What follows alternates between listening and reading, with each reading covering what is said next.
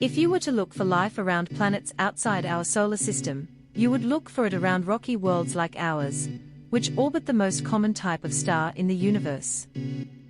There is a solar system like this just 40 light-years away. Scientists now predict what JWST will find on the next 2 planets in the system. The TRAPPIST-1 system has 7 rocky worlds orbiting a star much smaller and cooler than our Sun. Finding atmospheres around Earth-like planets is one of the primary goals of the James Webb Space Telescope. Preliminary results from JWST, published today in the journal Nature, show that the system's innermost planet is a scorching ball of rock with no detectable atmosphere. Dr Greene of NASA's AMES Research Center and colleagues study the infrared radiation emitted from TRAPPIST-1b. He said the finding suggests that the TRAPPIST-1 system may not be a benign environment for habitability. It's a bit depressing that we can't see a healthy atmosphere there, and it makes you wonder about the habitability of these small planets around dwarf stars, he said. We will learn more when we observe TRAPPIST-1c and perhaps other planets in the system. Searching for atmospheres on alien planets. The 7 planets around the TRAPPIST-1 system are named B through H according to their distance from their suns.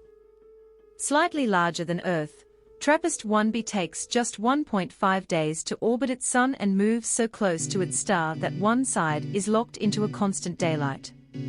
In terms of radiation, it is similar to a rocky Earth sitting between Mercury and Venus and receives 4 times as much heat from its sun as Earth. The Sun with 7 planets in the TRAPPIST-1 system. Although TRAPPIST-1b is not in the habitable zone of its star, there is ongoing debate over whether it has an atmosphere. We know that Venus is not in the habitable zone in our solar system, but has a very dense atmosphere from carbon dioxide, said Dr. Greene. So the modelers were betting on whether this would have an atmosphere. While planets in the TRAPPIST-1 system were observed using transmission spectroscopy by Hubble and Spitzer space telescopes, where planets were analyzed as they passed in front of their stars, none had atmospheres detected. Instead, the team used JWST's mid-infrared instrument to measure direct thermal emissions as the planet passed behind its star 5 times. These are the first detections of actual radiation from any planet roughly the size of rocky planets, said Dr. Greene. Their measurements revealed that daytime temperatures on the planet reached 257 degrees Celsius, suggesting that heat is not being redistributed around the planet by an atmosphere. Nataliea Lowson of the University of South Queensland said using daytime temperature to predict what the atmosphere might look like is a great first step. His observations match the model scenario of a rocky-like planet with no atmosphere, which helps astronomers decide if we want to go further and get direct atmosphere detections through spectral observations, said Dr. Lowson.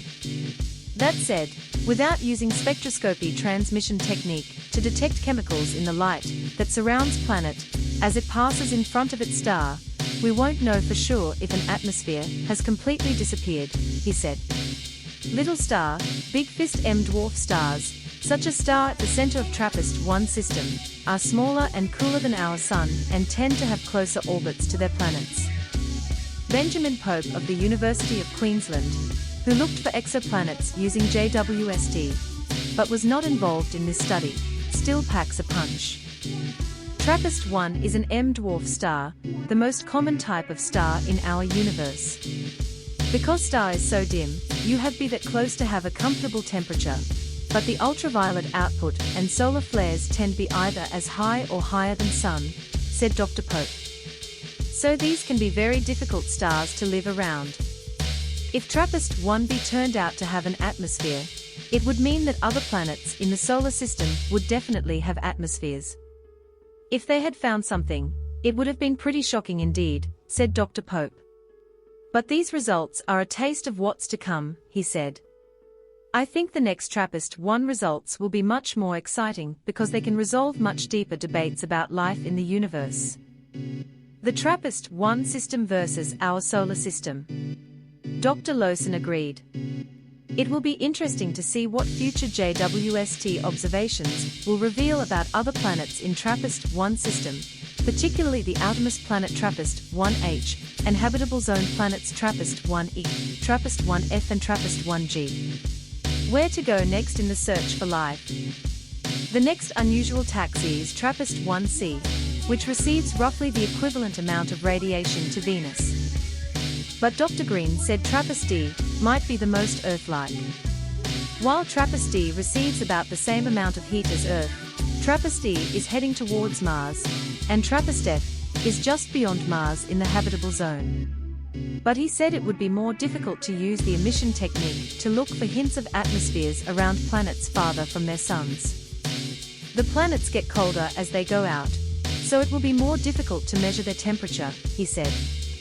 I think there is chance of getting a good answer on C, but D may take long time.